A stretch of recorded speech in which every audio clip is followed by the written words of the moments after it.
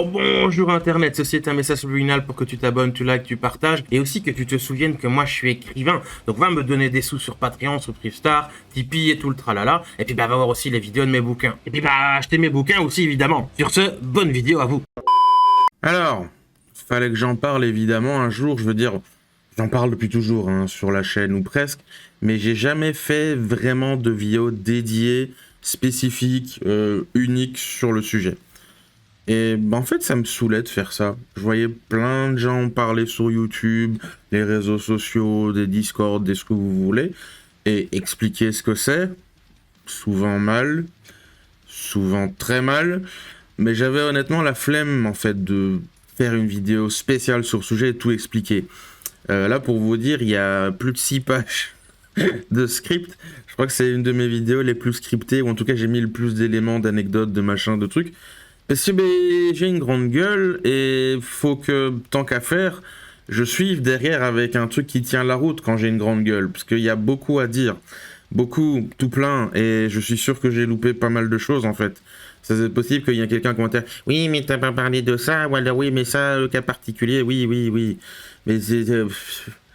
l'auto-édition, il y a limite des tels TED Talks là-dessus depuis des années. Il y a des reportages télé, il y a des documentaires, il y a des... C'est... Et même les maisons d'édition, en fait, le monde du livre, c'est... Je sais pas, c'est comme le cinéma, quoi. C'est incroyable. Donc, voilà, on est parti. Accrochez-vous à vos slibards, Lothar, comme dit un certain philosophe bien connu. Pays de Galles indépendant! Putain, j'ai un pivert dans la tête là, c'est normal? Du coup, l'auto-édition, c'est quoi? Et c'est quoi la différence avec les éditions normales? Et au fond, pourquoi t'es pas en maison d'édition, Chris? Faut savoir qu'environ, allez, je vais être très généreux avec ces chiffres, 80 ou 90% des auteurs édités ne le font pas vraiment par choix. C'est la fameuse expression « oui, l'auto-édition, c'est une voie de garage ». Enfin, si, c'est toujours un choix en vérité, si on réfléchit et c'est pas genre, voilà, je fais ça en dépit de... Enfin, c'est compliqué. Mais évidemment que quand tu démarres, tu te dis, normal, bon, bah, je vais voir une maison d'édition. Je vais envoyer des mails, je vais essayer de soumettre des manuscrits, je vais envoyer des trucs par la poste, tout le tralala. Tu passes par cette case-là, quasiment obligé. C'est en vérité rare que tu ailles direct, non, moi je veux auto-édition. Maintenant, c'est plus fréquent qu'il y a peut-être 10 ans, donc il y a vraiment des gens qui, voilà, je sais pas, ils sortent de l'école, ils disent « Ah, j'ai envie d'être écrivain », et ils savent déjà « Non, mais ça va me péter les couilles ». Donc, voilà, ça change un petit peu, mais les maisons d'édition restent la référence ultime. Pourquoi? C'est tout con comme réponse, parce que le pognon. Le pognon de Lebowski! Où il est ton putain de pognon, connard! Il doit être là, dans le fond quelque part, refais voir. Et quand je dis le pognon, c'est pas forcément être riche à millions, c'est plutôt éviter des coûts compliqués et des dépenses dans tous les sens. Et un livre, ça coûte une fortune à créer. En tout cas pour un pignouf de base qui est tout seul, qui a pas de parents riches, qui a pas reçu d'héritage, qui a pas un gros boulot, qui paye cher pour un mi-temps, ou qui a, je sais pas, des trucs à revendre par-dessus les baskets. Le Pékin moyen, il n'a pas environ 4 ou 5 000 euros à mettre pour créer un bouquin. Parce que oui, moi c'est ce que ça coûte, les miens. Bon, ils sont illustrés, je sais, mais ça peut coûter ça un bouquin. Alors évidemment, plus ton livre il est petit, moins il sera cher, et plus tu mets des trucs dedans un peu différents, bah, comme moi avec les dessins, plus le chiffre il monte. Autre facteur, si t'es toi-même un vrai pro de l'orthographe, ou si tu sais gérer InDesign ou Word comme un chef, bah pareil, pas besoin de maquettiste ou de correcteur. Bon, par contre, ton temps libre, t'en as plus. Mais voilà, ça diminue la note aussi. Donc, oui, un livre, ça coûte cher. Tout comme demander à quelqu'un « Bonjour, je voudrais que vous me construisiez une maison. » Et toi, tu sais rien faire dans le métier de construction, bah voilà, c'est pas gratuit, la note, c'est QFD. Le pognon de Lebowski! Où il est ton putain de pognon, connard! C'est pas parce que tu sais écrire que tu es écrivain, donc tu sais faire ton histoire, tes personnages, que l'objet livre, le produit, à la vente pour les clients, pour les lecteurs, pour tout ce que tu veux, tu peux le vendre. C'est deux mondes différents. On va en faire une métaphore à la con avec un autre milieu artistique. T'es un acteur. Un acteur, il sait jouer le personnage, ou des personnages, ou bien s'exprimer, ou voilà, le jeu du physique, le non-verbal, machin, tout ça, ok. Mais il a pas de costume, il a pas de décor, il n'y a pas de maquillage, il sait pas tenir une caméra, il sait pas gérer les lumières, et j'en passe et des meilleurs. Un écrivain, c'est pareil. Donc l'auto-édition, c'est se démerder à tout faire, même si tu sais faire certains trucs dans certains cas. Voilà, souvent, même quasiment à chaque fois, faut déléguer. C'est ce que je fais, donc je dois gérer et payer. Mais voilà, il y a le contre-coup aussi, heureusement il y a quelques autres avantages. T'as la liberté. Tu fais ce que tu veux, comme tu veux, même si t'es de mauvais goût, ou pas forcément malin, ou un bon choix. Genre voilà, moi j'ai décidé, je mets une bite comme couverture sur mon livre. Si je veux, je le fais. Ce serait une bonne idée d'ailleurs.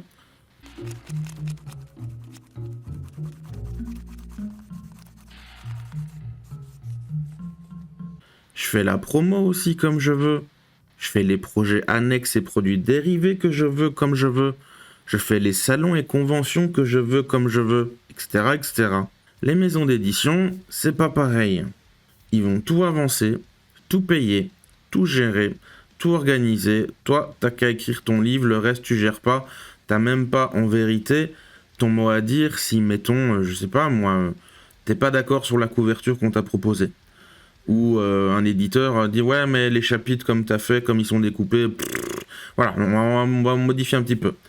Ou alors on t'a demandé gentiment et poliment de modifier un truc de ton livre. C'est voilà, mais en fric non, zéro, t'avances rien. Enfin c'est le principe des vraies maisons d'édition. Parce qu'encore c'est un autre machin ça. T'as les maisons d'édition à compte d'auteur où en fait tu te fais arnaquer, n'y allez pas. Et c'est toi qui payes pour rien.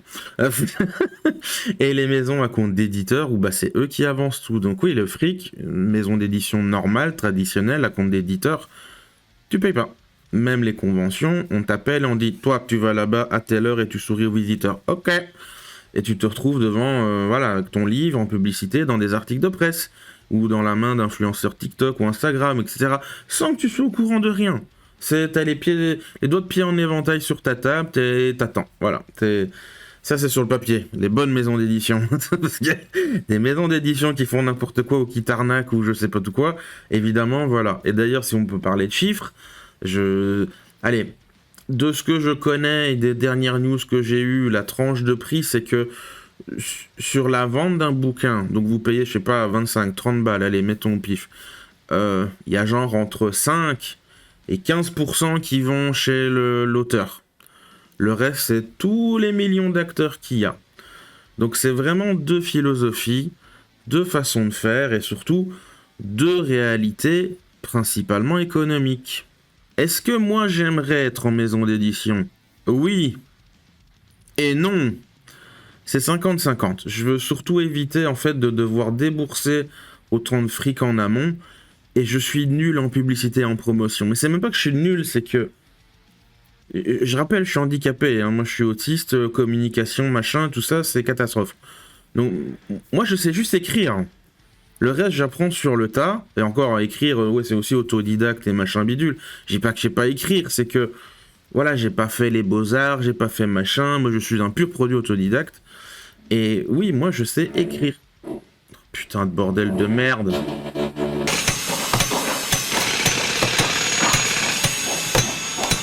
Bon, on va essayer de reprendre après cette magnifique pause travaux où, bah voilà, je peux rien faire, je veux dire, même sans parler, sans que mon micro soit ouvert, vous aurez entendu. Et c'est ça aussi en fait l'auto-édition, c'est bosser dans des conditions de merde, parce que ben, voilà, on n'a pas la chance d'être sous la houlette ou sous la protection des gens qui ont cadenassé le milieu. Et c'est... Un autre truc, c'est que ça coûte en fait la liberté artistique. Et j'y tiens, donc ouais. Après, on verra. Oui, je sais, je sonne extrêmement blasé. Parce que même en étant hyper optimiste, là, on va revenir quand même sur le sujet. Je suis désolé, c'est un peu choquant de démarrer, enfin faire une vidéo. Ah ben voilà.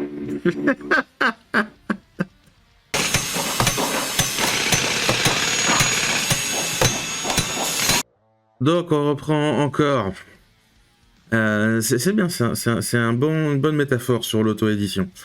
Parce que même en étant hyper optimiste, je sais que ça arrivera jamais que je sois pris par une maison d'édition. Parce que les maisons d'édition aujourd'hui, c'est plus du tout une maison d'édition en vérité. C'est une maison de marketing, d'idéologie et de quotas. Oui, je sais, vous me voyez venir avec le wokisme. Mais c'est même pas forcément ça. C'est le produit, ils s'en foutent en réalité. Qu'il soit woke, qu'il soit machin, qu'il soit bidule, ils s'en battent les couilles. Ça peut être du caca sur chaque page. S'ils arrivent à le vendre, ils le feront. Et si en plus tu coches toutes les cases, genre ok, tu penses ça sur tel sujet ou tel sujet de société, on a vu que tu tweetais ça et faisais telle vidéo sur Instagram, tu es lesbienne afghane, ton roman est tendance car en ce moment c'est la mode dark romance et en plus tu fais une histoire avec une trans qui s'identifie en tant que brosse à dents, ok, on est go, on te signe. C'est ça en fait. Les cases, wokisme, machin, c'est des bonus, mais c'est le potentiel de vente. Potentiel de vente, potentiel d'image, potentiel de promotion, potentiel de paraître. Voilà, c'est le paraître. Parce que moi, en plus du coup, j'ai déjà été cancel et on a déjà balancé 36 millions de rumeurs sur mon cul. Donc si un jour une maison veut bien me signer, bah, je suppose qu'ils vont quand même faire un espèce de background check comme ils appellent ça. Donc ils vont taper mon nom, machin, ils vont rechercher et c'est qui ce mec-là? Bon, son bouquin il est bien, mais est-ce qu'il a des casseroles, il a des problèmes? Et ils vont tomber sur un pignouf, ou un article, ou je sais pas quoi, qui va raconter « Ah oui, non, mais pas lui ». Parce que voilà, c'est un prédateur sexuel, il paye pas ses collaborateurs, il dit que des gros mots sur YouTube, il est contre la neurodiversité même s'il est autiste, et il arrête pas de parler de wokisme, machin, machin. C'est QFD, donc non. Je suis ce qu'on appelle un brand risque, enfin un risque à la marque et tout ça. Voilà, c'est comme ça. Un autre truc d'ailleurs qui est un énorme poids en fait entre auto-édité et maison d'édition, c'est l'accès aux librairies, bibliothèques, médiathèques et tout ça. L'un a accès, l'autre pas. Je vous laisse imaginer qui ne l'a pas. Donc pourquoi à votre avis les auto-édités n'ont pas accès ou difficilement aux librairies, aux bibliothèques, aux médiathèques, etc. Et les autres, oui. Je vous laisse réfléchir quelques secondes.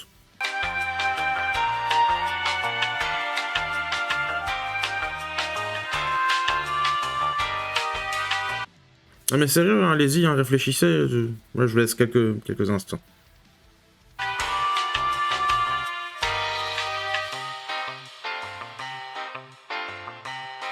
Eh ben non, Timmy, la bonne réponse c'était la tête du client. Mais j'aurais accepté la flemme aussi. C'est-à-dire que moi, donc personne auto-éditée, mais c'est valable aussi pour certaines maisons d'édition. J'ai fait les démarches pour être dans ce qu'on appelle les bases de données du livre, donc c'est Electre, Didicom et d'autres. C'est des bases de données mondiales pour les livres. Et s'il y a un truc qu'ils n'ont pas en stock dans leur librairie, ils peuvent commander le livre là-dessus en cochant la case et voilà. Donc il y a un mail automatique qui est envoyé, donc je reçois un truc. Bonjour, on est la librairie Pas du Schnock à Mulhouse sur je sais pas quoi. Un client a demandé votre livre, dès lors on voudrait un exemplaire de ça. Et moi tout mignon, tout content, j'ai dit cool, ouais, trop bien. Et je réponds, pas de souci. Par contre, je peux vous en envoyer 4 ou 5 parce que bon, voilà, votre patelin il est loin, moi je suis en Belgique, ce sera pour les frais de port. Et là on me répond, non, on n'en souhaite qu'un seul, point. Voilà, il y a ça, c'est toujours fun, J'ai eu ça avec plusieurs librairies à côté de chez moi, genre, il y en a une notamment littéralement à 500 mètres, ils ont commandé 3 ou 4 fois, je crois, via ce système de base de données du livre, et je suis allé à chaque fois, hein, un par un, évidemment, alors que 3 mois avant, j'y étais allé, et j'ai demandé, est-ce que vous accepteriez d'avoir mon ouvrage en dépôt-vente chez vous? Voilà, je suis un auteur local, j'écris ci, ça... Et on m'a dit non. Parce que le style de la maison, la fantasy, ils aiment pas. Voilà. Et après, du coup, ces 3 commandes individuelles où je reçois des mails, je réinsiste et je dis, bon, bah vous voyez, il y a quand même des gens qui sont intéressés. Est-ce que vraiment, je pourrais pas mettre en dépôt-vente cette fois? Vous voyez qu'il y a de l'intérêt. Je parle pas de 25 exemplaires, c'est, je sais pas, 3-4, un truc comme ça. La réponse était toujours non. Une autre anecdote, donc un autre type de problème, c'est une librairie là qui était encore plus près, 100 mètres de chez moi. Genre 1 minute chrono, j'y suis. Et je prends mon temps, hein, je suis un gros lard, je rappelle, je suis assez lent à la marche, et j'aime pas ça. Cliché, ok.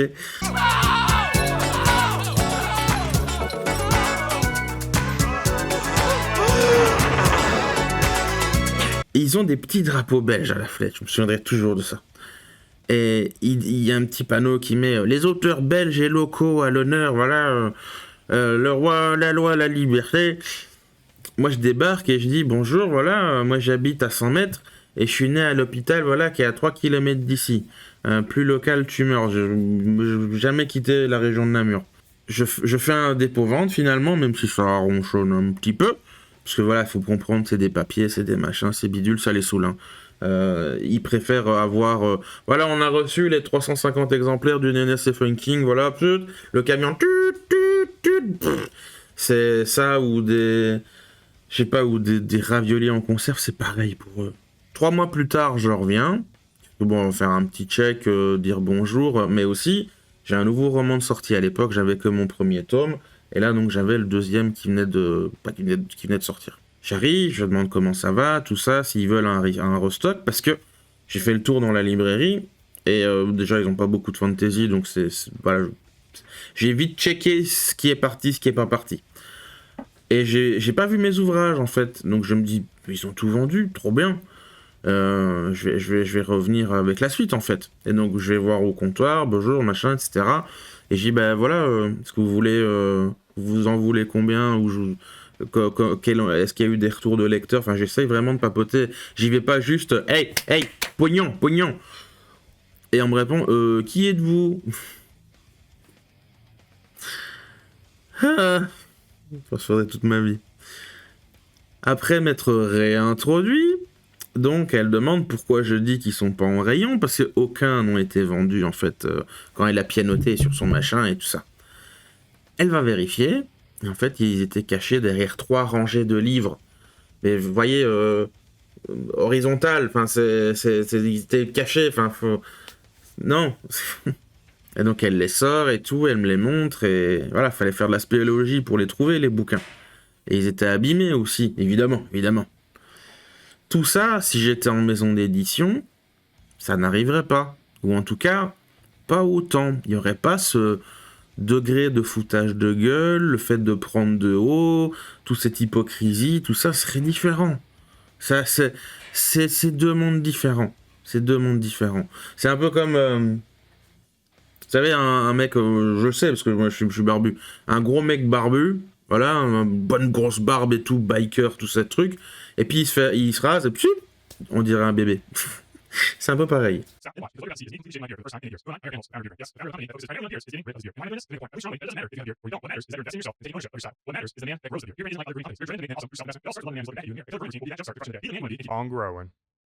Parce que ça, en fait, c'est 2 exemples qui m'ont accepté, mais au total, j'ai dû demander à genre, je sais pas, une 30aine de librairies, bibliothèques et médiathèques.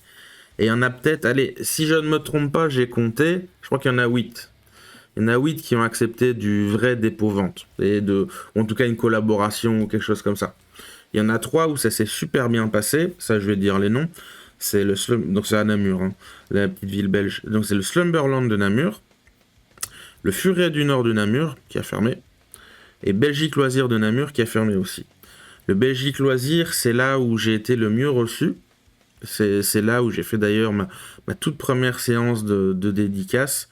Et j'ai très bien vendu. Puis voilà, les gens étaient adorables et tout ça. Je me souviens même à une petite anecdote, je m'entendais bien avec tout le staff en fait. Je suis à limite leur nom. Et la patronne c'était Rosa. Et il y a une de ses employés, elle parle avec un client. Et puis elle dit, tiens, il y a ça, c'est lui qui l'a écrit. Tiens, prends-le, je sais que tu vas aimer. Ah d'accord. C'est ça en fait les rapports libraires, tout ça, machin. Enfin bref, et ouais, les gens étaient contents, j'avais que des bons retours, c'était super en fait, enfin ça c'était quand le service compta, ils acceptaient que la gérante, donc là... Après les travaux, c'est le chat.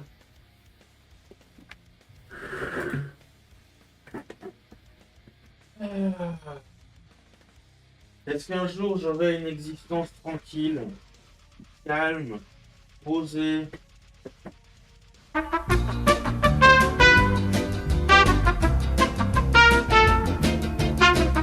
Enfin bon, ça c'est quand le service compta acceptait que la gérante toute choupie adorable, elle prenne mes livres, parce que bon, le service compta c'était « Oui, mais faut rajouter, mes machins, mes bidules », et donc bah, ils voulaient pas en fait. J'étais bloqué des fois pour genre bah, écoute, on a tout vendu, mais on peut pas en recevoir, parce que bah, la compta bloque, en fait. Nous on veut bien, mais on n'est qu'une succursale, une boutique dans une grande chaîne, quoi. Ensuite, il y en a 3 qui m'ont jamais payé, jamais eu de nouvelles. Il y en a une, j'ai perdu contact et je sais pas où elle est partie. Et il y en a une autre où bah ça va, il y en a quelques exemplaires chez eux et ça va. C'est correct, ils sont gentils, ils me proposent des trucs, mais bon, financièrement, c'est surtout quand j'étais à la Smart. C'est pas intéressant de faire la route et tout le tralala. Et puis bah, moi je commence à être fatigué. Vous entendez que comment je suis en train de péter un câble moi dans ce moment. Donc voilà. Et tout le reste c'est non ou pas intéressé ou oui mais il faut que tu viennes et on discute machin ou encore oui mais il faut qu'on cause avec la direction. J'ai aussi eu plusieurs fois le fameux faut envoyer un mail au siège social. Bref, ça aboutit jamais. Et honnêtement c'est vrai qu'un refus immédiat c'est limite préférable. Plutôt que de me tenir la jambe 6 mois en disant oui, peut-être, machin. Bah, comme il y a eu Belgique Loisirs où il y a eu des problèmes pour. Pourtant, c'était adorable. Mais. C'est l'enfer. C'est insupportable. La maison qui rend fou de Astérix, hein, moi je maintiens. C'est pas la France, hein, c'est la Belgique. Et oui, du coup, j'ai mentionné les bibliothèques, médiathèques, etc. Donc j'insiste, oui, même les bibliothèques. J'en ai testé que 2 pour être honnête. Mais. Ouais, ok, non. Chaque fois que j'écris de la fantasy, on m'a dit non. Je m'en souviens une d'ailleurs, c'était dans le petit patelin de mon ex où je rencontre une gentille bibliothécaire, genre la petite mamie, et elle me demande ce que je fais, parce que je dis je voudrais, vous prenez des livres chez vous, et bah, fantasy non. Parce que oui, la littérature de l'imaginaire, donc, bah, elle a toujours cette image de sous-art. Même une médiathèque, pareil, hein, ils ont dit non. Celle de Namur, je suis allé, on dit ah non, nous on prend que des médias type CD, VHS, DVD. Pourtant, bon, moi je connais et j'ai connu des médiathèques avec des bouquins, mais qu'est-ce que vous voulez que je vous dise? C'est ce qu'on m'a dit. Hein, il y a un bon exemple, d'ailleurs, dédicace au petit Suisse qui a relayé la vidéo, c'est Tatiana Ventose. J'ai dit 3 fois son nom mal, donc j'ai fait des cuts. Qui, certes, oui, elle fait de la politique, tout ça, machin, mais on s'en fout. Imaginez ce que vous voulez à la place. Elle a fait une belle vidéo qui explique son parcours, et notamment le sabotage ultra-violent de la Poste directement sur la publication et la distribution d'un livre.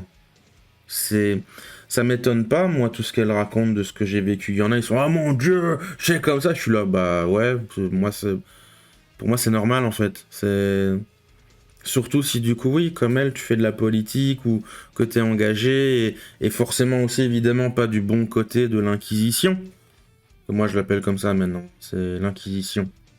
Moi, j'ai déjà rencontré et entendu des libraires qui carrément, ils disent « Moi, je refuse ces livres-là, ou je les recommande pas aux clients, ou carrément, ceux-là, je les cache, ou je les jette, ou je les rends invendables. » Je pense pas que je trouverais d'extraits parce que c'est des trucs que j'ai vus dans des petits lives, des machins, et retrouver ça va être très compliqué. Moi, je me souviens que c'était un groupe c'est un truc de petits booktube francophones. Et c'était 3-4 personnes qui bossaient en librairie. Ils disaient « Ah oui, non, mais moi aussi, ceux-là, je les recommande pas. Si je sais que l'auteur est comme ci, comme ça. » Et bien, on va prendre l'autre côté, parce qu'on dit « Ouais, mais tu parles de wokisme, blablabla. » On va prendre l'autre côté de la pièce. Ça, j'ai regardé ça, c'était ce matin. Parce que j'étais, attends, est-ce que je pourrais retrouver ce truc-là, moi, que j'avais vu, Et c'était en live, hein. J'ai vu même... Je crois que j'ai participé à ce live-là avec les 4 libraires LGBT, là. Prendre l'autre côté de la pièce. Donc, c'est un extrait où, donc, bah voilà, vous allez voir. Inutile de perdre votre temps à me demander si j'ai des livres de Annie Ernaux. Je ne propose pas de livres de collabos antisémites, hystéro-féministes, indigénistes, racialistes et tout ce qui est en liaison avec la puanteur woke. Au moins, vous, Hubert Boukhara, vous ne mâchez pas vos mots, vous êtes propriétaire de la Rose de Java de cette librairie. Et on rappelle, et on le sait, tous les auditeurs le savent. Et donc oui, même si on est... même si moi je suis entre guillemets, où je pourrais être de son côté, ou être d'accord avec lui, ou dire bah oui, moi les livres féministes, moi je déteste ça, mais c'est pas le propos, enfin... C'est... Voilà ce on peut retrouver, peu importe les raisons, bonnes ou mauvaises ou tout ça. Et je trouve pas en fait que ça devrait arriver. Mais bon, c'est sa librairie, il fait ce qu'il veut, machin, etc. Et au moins on peut pas lui reprocher d'être malhonnête, parce qu'il y en a, ils sont malhonnêtes. Mais voilà, ça peut arriver. Si le libraire ou l'employé ou que sais-je, il a décidé de vous prendre en grippe, surtout si vous êtes auto-édité, du coup, parce que vous êtes tout seul. Voilà. C'est... Être auto-édité, c'est vraiment être tout en bas de l'échelle. C'est le mec tout seul, le petit gamin, et encore plus petit que David, face à un truc encore plus gros que Goliath. Encore à ce jour, l'auto-édition est mal vue, et si du coup, en tant qu'auto-édité, tu es mal vu en tant que personne, en plus que ce que tu fais, ou que t'as déjà été cancel, ou qu'on a balancé des rumeurs sur ton cul, ou que quelqu'un avec du pouvoir a décidé de te pourrir la vie, évidemment, tu vas être dans un enfer. Faut pas oublier que selon ces fameux professionnels du livre, qui sont tous des trous du cul en général, ils disent que les auto-édités cassent ce qu'on appelle la chaîne du livre. Alors, qu'est-ce que c'est la chaîne du livre? C'est tout le parcours et les professions et les structures qu'il y a entre le moment où le livre est écrit et le moment où le livre arrive dans les mains du client. Donc, tu as l'écrivain, puis tu as la maison d'édition, puis tu as l'imprimeur, puis tu as le diffuseur, puis tu as le distributeur, puis tu as le libraire, et enfin, le client. Je grossis les traits, mais c'est les grandes étapes. Et dans chaque catégorie, tu as différentes mains, différentes professions. Genre, il y a la maison d'édition, parfois dans celle-là, tu as dessinateur pour les couvertures et autres trucs. Tu as l'agent marketing, tu as le correcteur, tu as l'éditeur en chef, tu as la maquettiste, et tu as plein d'autres trucs en fait, sûrement des trucs que j'oublie d'ailleurs. Genre par exemple pour les BD, il y a les lettreurs ou les coloristes. Sauf que du coup, dans le modèle auto-édité, tu supprimes ces gens de cette chaîne. Enfin, c'est ce qu'ils disent. Ils disent, oui, vous cassez la chaîne de livre, ils nous volent notre travail. Oh, ils nous volent notre travail! Ils nous volent notre travail! Ils nous volent notre travail! Ils nous volent notre travail! Mais en vérité, non. C'est déjà parce que quasiment tous les auto-édités, ils ont essayé d'être en maison d'édition. Déjà, hein, on va remettre les points sur les i, bande de petits cons. Et aussi parce que c'est juste que toi, en tant qu'auteur auto-édité, tu incarnes ou symbolises plein de ces acteurs-là. On va prendre mon exemple à moi. Je suis auto-édité. Je paye mes dessinateurs, je paye mon maquettiste, je paye mon imprimeur, je paye mon distributeur. Voilà, c'est tout. Ou alors si tu fais ça tout seul, tu fais tout ça. Ou alors tu délègues. Donc moi c'est ce que je fais, c'est déléguer en fait. Mais je reste le chef de projet, le directeur artistique, tu mets le titre à la con que tu veux. Sauf que du coup, eux, ils sont pas contents. S'il vous plaît. Oui? Surtout les libraires, qui est ceux qui ont la plus grosse part du gâteau. Du coup, forcément, maintenant que je vous ai expliqué tout ça, l'auto-édition, c'est pour, comme ils disent, les rejeter du monde de l'édition. Et ils disent ça avec beaucoup de vitriol pour se venger. Et vous savez quoi? Je l'ai déjà dit, en fait, si vous lisez entre les lignes. Mais ils n'ont pas tort, ou en tout cas partiellement, enfin c'est pas faux. Je connais pas personnellement un écrivain qui n'a pas essayé d'aller dans une maison d'édition. Ne serait-ce qu'un minimum pour se renseigner, commencer, découvrir tout ça, et même envoyer une ou deux demandes, ou alors rencontrer des gens. Ça, c'est forcément qu'on va considérer la chose, c'est le modèle de base, c'est je sais pas, quasiment tous les livres de la planète, enfin, si on prend des statistiques, surtout quand t'es gamin, etc., que tu prends des livres pour enfants, il y a écrit une maison d'édition. Il y a écrit Gallimard, il y a écrit Michel Lafon, il y a écrit Albin Michel, il y a écrit Flammarion, il y a écrit Hachette et tous ces trucs-là. Évidemment, on est rejeté du système parce que eux nous ont envoyé nous faire foutre. Ils n'ont pas accepté de nous prendre et de donner notre chance ou de dire ce livre, il y a du potentiel, machin bidule. Je remets un bref extrait du truc de Frank Zappa parce que c'est il explique à la perfection comment ça se passe. Je pense pas que je pourrais mettre l'extrait en entier, donc je vais peut-être l'accélérer et mettre le sous-titre, mais c'est parfait. Il faut absolument que vous le lisiez ou que vous le compreniez. Remember the 60s, that era that a lot of people have these glorious memories of, which they really weren't that great those years. But one thing that did happen during the 60s was some music of an unusual experimental nature did get recorded and did get released. Now look at who the executives were in those companies at those times. Not hip young guys. These were cigar-chomping old guys who looked at the product that came and said, I don't know, who knows what it is? Record it, stick it out, it's all right. We were better off with those guys than we are now with the supposedly hip young executives, who are making the decisions of what people should see and hear in the marketplace. The young guys are more conservative and more dangerous to the art form than the old guys with the cigars ever were. And you know how these young guys got in there? The old guy with a cigar one day goes, well, I took a chance, it went out, and we sold a few million units. All right, I don't know what it is. Well, we got to do more of it. I need some advice. Let's get a hippie in here. So they hire a hippie. They bring the guy along here. Now, they're not going to trust him to do anything, so carry coffee and bring the mail in and out. He starts in there, carry the coffee. Well, we can trust him. He brought the coffee 4 times on time. Let's give him a real job. Okay, he becomes an A&R man. From there, moving up and up and up. Next thing you know, he's got his feet on the desk. He's saying, well, we can't take a chance on this because it's just simply, that's not what the kids really want, and I know. And they got that attitude. And the day you get rid of that attitude and get back to, who knows, take a chance, that entrepreneurial spirit where even if you don't like or understand what the record is that's coming in the door, the person who's in the executive chair may not be the final arbiter of taste of the entire population, Du coup, en fait, quand nous, on envoie naïvement le manuscrit en disant « Bonjour, voilà, j'ai écrit ça, est-ce que ça vous intéresse? Est-ce que je pourrais être sélectionné dans votre collection, dans votre maison d'édition ?» Et on reçoit le fameux mail « Merci de votre soumission des manuscrits. Nous ne sommes cependant pas en mesure de donner suite à votre proposition. » Une manière polie de dire « Va crever, connard ». Il y a plusieurs versions de ce truc-là. Il y a le fameux « Nous ne sommes pas intéressés » ou « Ça ne rentre pas en ligne dans la ligne éditoriale ». Enfin, c'est des trucs polis pour dire « Va chier », quoi.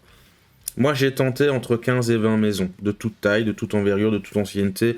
Et oui, c'était tous des machins spécialisés dans l'imaginaire ou qui avaient une collection d'ouvrages orientés, fantasy, machin, horreur, bidule, truc. C'est pas tant que ça au final, entre 15 et 20. Mais à chaque fois, j'ai eu les mêmes trucs... Enfin, non, je reformule. C'était des trucs les plus débiles les uns que les autres.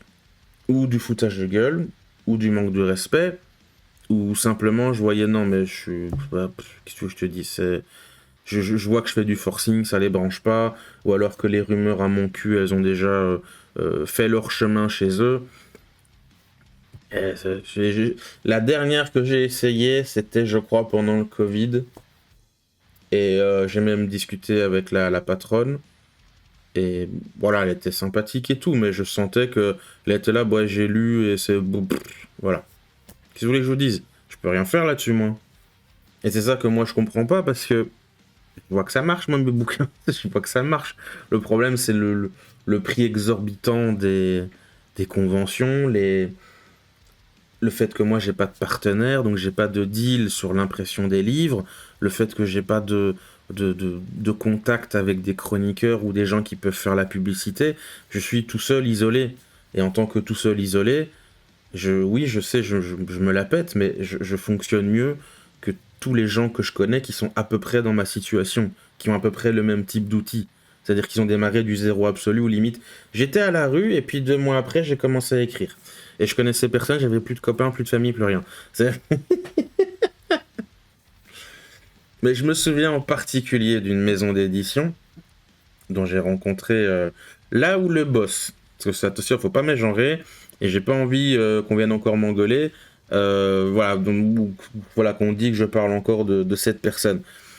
Et cette personne m'a dit droit dans les yeux quand j'ai rencontré cette personne, promis, on lira ça en dehors des périodes de soumission de manuscrits, ça a l'air vachement sympa. Et je lui ai dit, s'il te plaît, me vends pas du rêve, je suis autiste, je veux pas qu'on me fasse miroiter une promesse pour que a dit, t'inquiète. 6 mois plus tard, après d'innombrables tentatives de est-ce que ça a donné quelque chose, bon c'est pas tous les jours, mais disons que une fois toutes les 2 ou 3 semaines, j'envoyais un message genre tu as une idée de quand, machin ou quoi? Et cette personne du coup m'a dit non, c'est pas éditable. Et c'est là que je me suis dit ok, les maisons d'édition c'est pas pour moi, j'arrête. Et j'en avais essayé d'autres, j'en avais même essayé une qui venait d'être créée et qui faisait même pas de roman en papier, c'était que en numérique. Et j'avais même eu un résumé, un retour du comité de lecture et ils étaient opposés. Je me souviens un truc sur les dialogues. Il y en a, il dit, mais les dialogues, ils font que pour parler les personnages, ils font pas avancer l'histoire. Et une autre personne disait, bah les dialogues, justement, ils font que avancer l'histoire. On sent pas que les personnages sont vivants, on les sent pas discuter entre eux. Je suis là, putain, mais... Enfin bref. Moi, je sais, ça fait un peu prétentieux, mais... Moi, je vois que les gens apprécient mes histoires. J'ai eu très peu de retours négatifs. En chronique, sur simplement.pro, je suis à genre 17 sur 20. C'est plutôt une bonne note, moi, je trouve. Je les vous dise. D'ailleurs, pour revenir du coup sur la maison d'édition qui m'a dit que c'était pas éditable, quand plus tard, moi, je parlais sur des groupes Facebook, machin, voilà, le truc auto-édité, on essaye, tu vois, on s'entraide et tout ça. Et on m'a conseillé des maisons d'édition, et notamment celle-ci était dans le tas, et je disais, bah bof, moi ils m'ont dit merde, et honnêtement, moi ils m'ont mal reçu, ils m'ont très mal reçu. Bah, plusieurs personnes m'ont gueulé dessus, disant que je harcelais ou je diffamais. Et donc le ou la boss est venu me voir directement, parce que j'ai envie qu'on reconnaisse cette personne, ou que, voilà, tout ça, parce que... Hein. Et elle est venue donc m'engueuler en personne et voire presque me menacer. Donc voilà. C'est ça aussi d'être auto-édité, c'est d'être... ou en tout cas d'être auteur isolé. Parce que le coup, j'étais en recherche de maison d'édition, mais tu es seul, tout seul, face à une machine et une industrie où en fait, ton paraître, tes contacts comptent avant tout. Genre bien avant ton travail d'écrivain. Genre, c'est un exemple que j'utilise beaucoup quand j'essaie d'expliquer ça aux gens, quand en convention, etc., qu'on me demande des trucs et tout. C'est, mettons des gens comme Thibaut Inchep, ou alors ici récemment, il y a eu Inoxtag avec le manga. Mais on s'en fout du bouquin. En plus, pour le cas d'Inoxtag, il n'y a même pas la prétention que ce serait lui qui l'ait écrit, parce qu'il y a tellement de collaborateurs là-dessus qu'en fait... c'est une commande en fait, c'est bon, écrivez-moi un livre pour moi s'il vous plaît. Mais ils utilisent le nom d'Inoxtag pour le vendre. Il y avait Thibaut Inchep, il y avait Bruce Benamran, enfin ils pensaient d'autres influenceurs de ce genre-là, mais en fait c'est le nom. C'est le nom. Après bon, ces gens-là, ils ont... je suppose qu'ils ont écrit eux-mêmes leurs bouquins, qu'ils soient bons ou mauvais, c'est pas le propos, mais c'est le nom. Ça pourrait être du caca à chaque page s'ils arrivent à le vendre. C'est l'exemple que je dis souvent. S'ils disent du caca à chaque page, ils le feraient s'ils arrivent à le vendre. Ils s'en battent les couilles. Tu peux avoir d'un côté de la merde, mais genre vraiment de la merde, hein, genre, je te dis, un gros caca sur chaque page de bouquin. Mais voilà, avec le nom de, je sais pas, truc plus 2000 à la mode.com. Et de l'autre, tu as le nouveau Baudelaire. Genre littéralement, c'est la réincarnation de Baudelaire. Mais c'est pas le nom Baudelaire, c'est pas machin, c'est... Je sais pas, c'est Jean-Louis d'en face. Mais le texte, tu lis ne serait-ce que la première ligne, t'as déjà compris que t'as un chef-d'œuvre dans les mains. À votre avis, lequel se vendra le mieux ? Être auto-édité, c'est revenir un peu au tout début du monde du rock'n'roll, du punk ou du metal. Et oui, je choisis ces styles de musique précisément et pas les autres. C'est dire, allez tous vous faire enculer, bande de fils de pute. Nous, on aime ça. Vous voulez pas de nous ? On va faire notre truc quand même. Et vous savez, c'est quoi le meilleur exemple, d'ailleurs, en particulier si on fait un artiste ? C'est Joan Jett.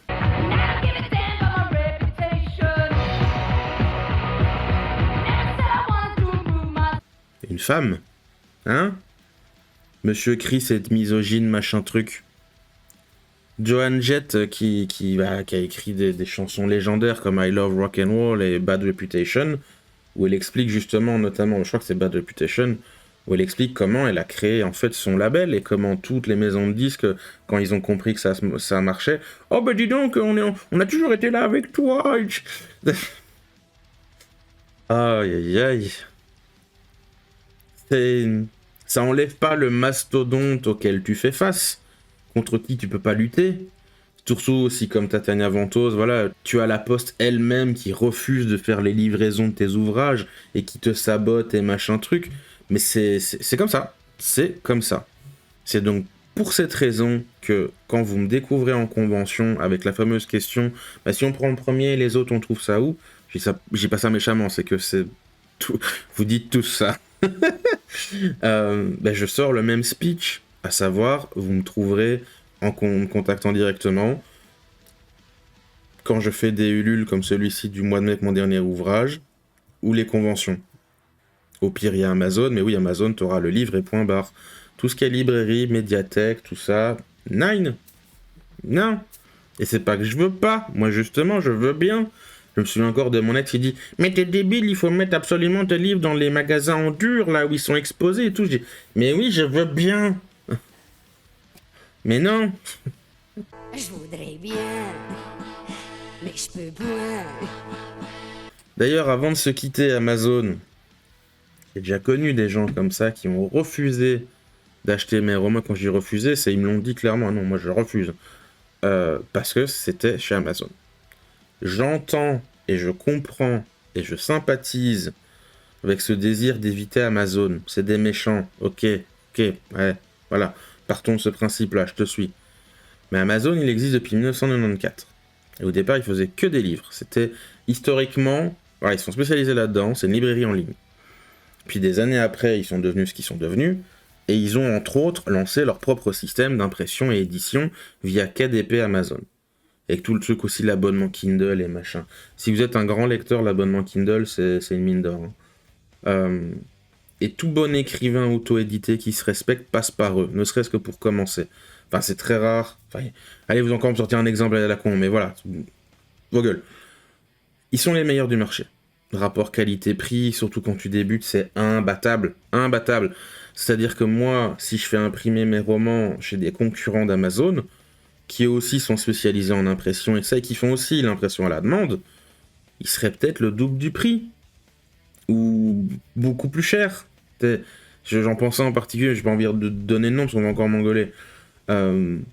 C'est comme ça. Et si je prends pas... Je sais qu'il y a des nouveaux qui maintenant ils essayent de se lancer un peu dans l'impression pour les petits écrivains, mais si tu prends pas au minimum par paquet de 50 ou 100, t'as pas les prix d'Amazon. Amazon, ce que j'en commande 1, 12, 40, c'est le même prix. Ce qui va être plus important à gérer, c'est les frais de port. Genre, essaie de faire des grosses commandes d'un coup, mais pas trop grandes, parce que si t'es trop gros, considère aller chez un vrai imprimeur, quoi. Et du coup, oui, si tu passes par un imprimeur traditionnel, n'importe lequel, hein, oui, le monsieur, il va te dire oui, bien sûr, je peux vous avoir un livre à 1 euro l'unité, mais faut m'en prendre 10 000. Moi, je peux pas. Je peux pas. Donc moi, j'ai mes bouquins à, je sais pas, 5, 6 euros. Allez, j'ai pas les chiffres exacts, mais vous pouvez dire que c'est une moyenne. Pas pour les petits éphémères, évidemment, mais les autres...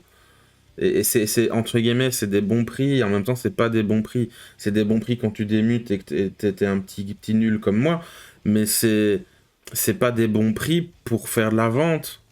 Parce que quand t'es en maison d'édition, avec déjà des fonds, des partenaires, des contacts, et que tu négocies un deal aussi avec plein de gens, dont un imprimeur, oui, tu peux faire ça, et gagner des sous en passant, parce que, oh boy, 1 euro unité le roman, voilà quoi, tu te fais une marge de fou furieux.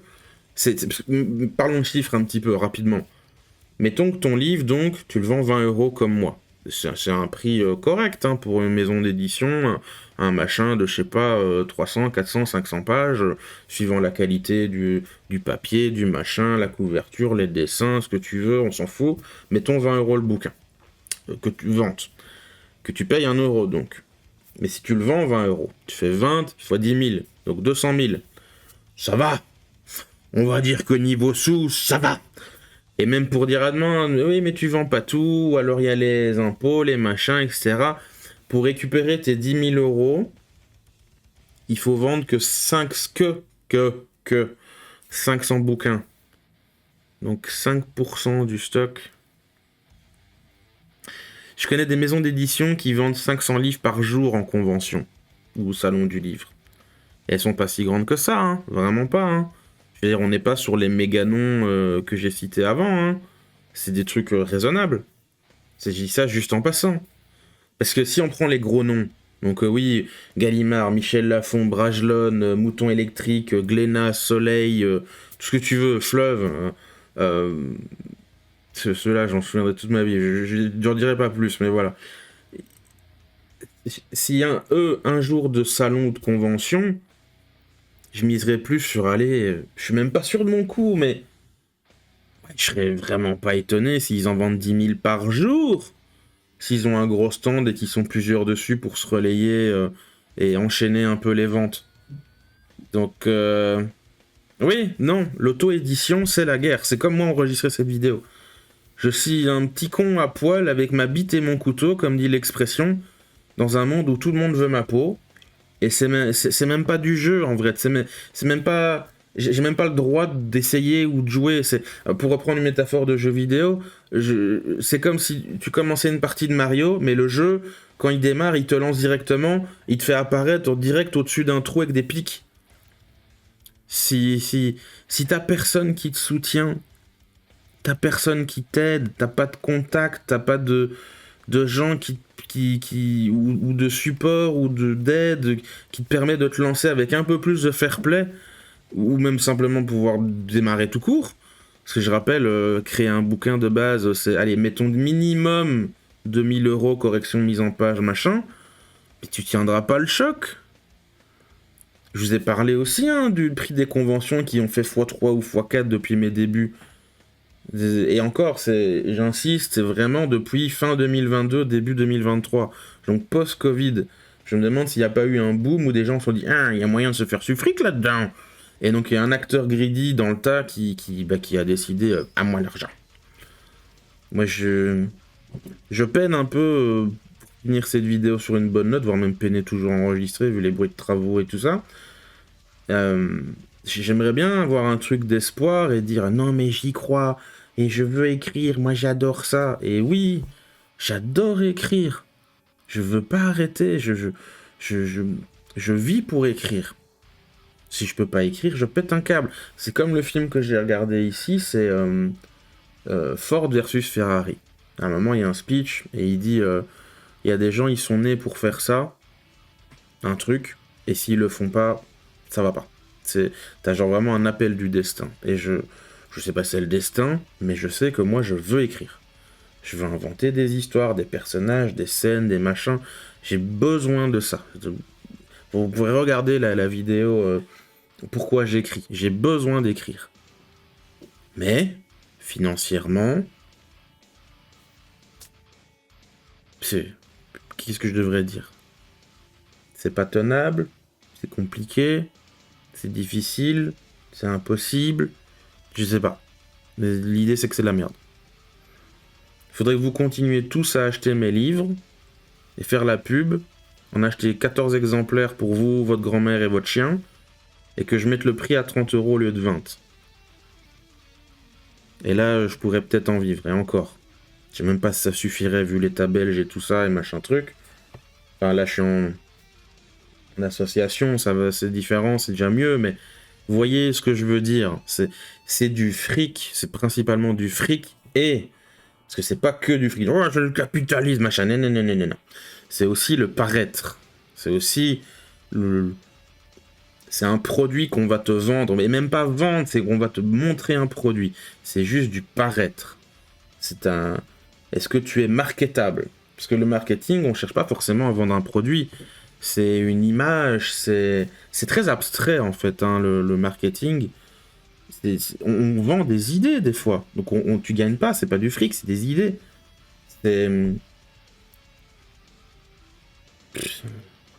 Le monde du livre, le monde de l'art, et notamment le monde de l'art francophone, donc fait en francophonie, c'est quelque chose que je trouve triste à pleurer. Et il y aura le live ce samedi, je sais pas quand sortira la vidéo, peut-être qu'elle sortira ici vendredi soir, parce que là on est vendredi 22 à même pas 13h, peut-être qu'elle sortira samedi, je sais pas, mais et on a fait le live avec Pierre et Afro sur le monde du divertissement. Alors je maintiens moi que je suis pas tout à fait d'accord avec ce que dit Pierre, moi je trouve vraiment que c'est la Bérésina et que les bons films et tout, les bons jeux, les bons machins, ça devient tellement rare c'est catastrophique. Genre moi je me suis refait les vieux La Planète des Singes récemment, et je les ai pas tous vus, hein. J'ai même vu quelques extraits d'un ou deux films il y a longtemps quand j'étais gamin. Ces films, ils ont été faits dans les années 60. Et je pense que je les regarderai encore une fois sans problème, ils sont tous super. Alors, il y en a un qui sont meilleurs que d'autres, mais c'est... Enfin bref, je vais finir comme ça la vidéo d'ailleurs. Je vais finir avec cette scène du Seigneur des Anneaux. L'auto-édition, en ce qui me concerne, c'est ça. Démerdez-vous pour interpréter ça comme vous voulez. Y a-t-il de l'espoir qu'on arrive? Chris et ses bouquins. Il n'y a guère d'espoir. Un espoir de fou. Ah ben la vidéo elle est finie, rejoins-nous sur Discord pour nous dire si t'as aimé, pas aimé, t'es content, pas content, nous faire des câlins ou des grosses baffes, le lien dans la description. Au revoir internet, gros bisous, à la prochaine.